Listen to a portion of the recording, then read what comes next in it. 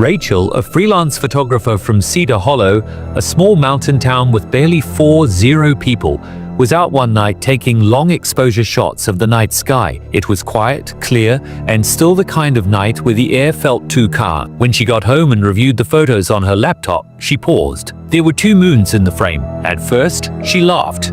Probably a lens flare or a mistake in editing. But no matter how many times she re-exported or reviewed the raw file, the second moon remained glowing faintly, almost behind the first, like a shadow orbit. The next night, she returned to the same hilltop to shoot again. This time, she brought binoculars. Around 1:13 a.m. it appeared. A second, pale sphere just above the real moon. It didn't glow as bright. It didn't shift. It just hovered, still, silent, and wrong. Rachel posted the image online. At first, people accused her of faking it. But that changed fast, because people from the same town started commenting. "I saw this too. Thought I was losing my mind. Didn't want to say anything, but yet's there." By the end of the week, dozens of people in Cedar Hollow had reported sightings of a second moon, always from within town. Not from the city, not from other states, only here. Local news ran a tiny article about it. They joked about Moon 2 and even made a meme. But Rachel wasn't laughing anymore because the moon was getting closer. On day 6, she took another set of images. In every one, the second moon was slightly larger than the night before.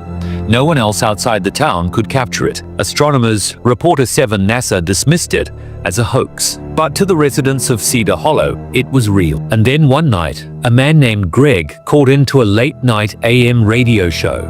He was a truck driver who had passed through Cedar Hollow just days before. His voice was trembling. "I didn't stop, just drove through. But when I looked up, man, I saw it, like a second damn moon hovering.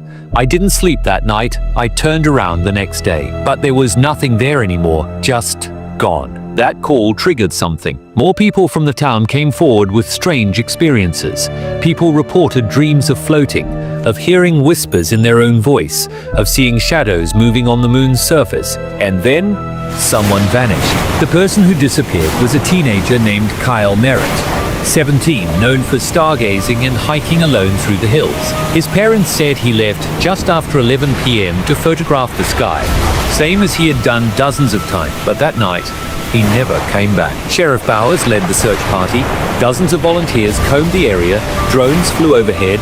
Dogs sniffed through the woods. Nothing. No phone. No camera. No signs of struggle. It was like he had stepped off the earth. 3 nights later, Rachel received an email from an address she didn't recognize. No subject, no signature. Just a sentence. He looked directly at it.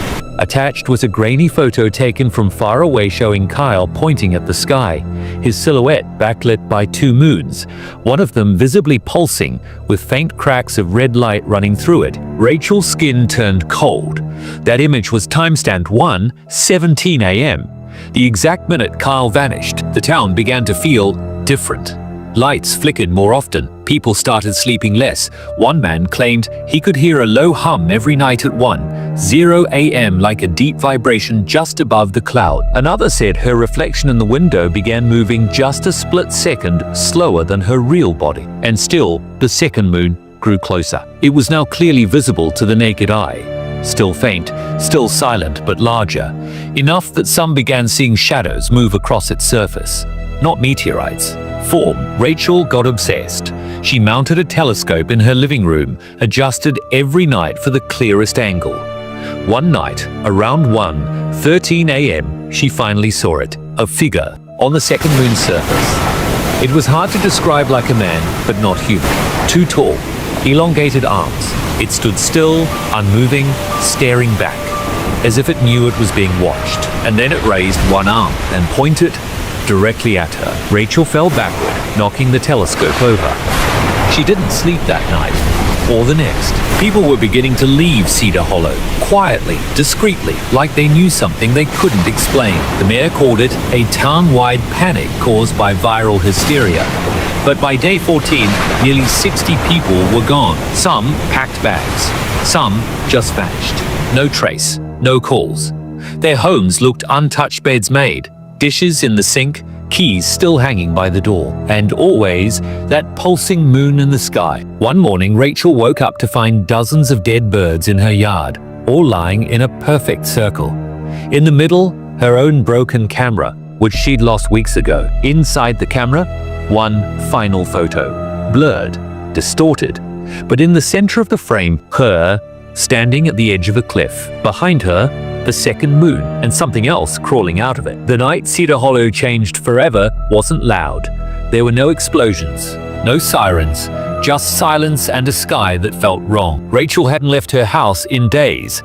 She spent every night watching that second moon. She stopped eating much, stopped sleeping. She didn't feel scared anymore, just observe. The second moon now hung low, much lower than it should have been.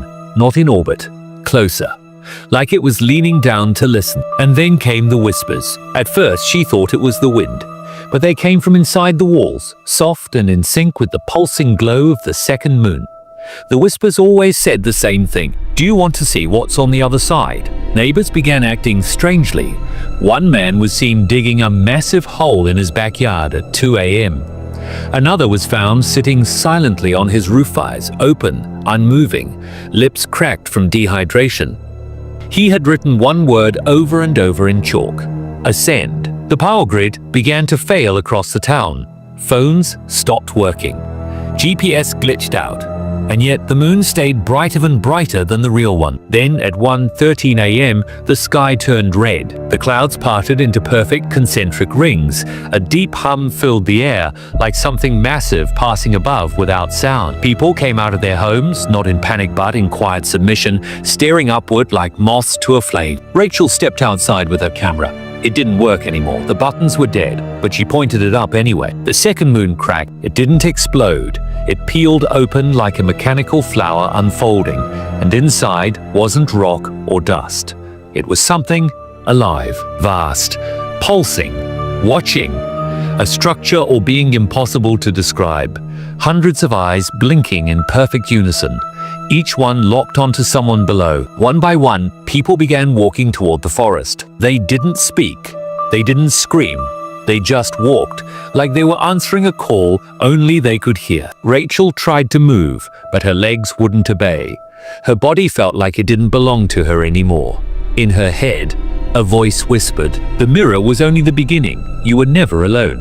And then she blacked out. When Rachel opened her eyes, it was daylight. Bright, sunny, warm. Birds chirped. Her house was intact. Her equipment was gone, but her phone had full signal. She checked the news. No reports about the moon. No articles.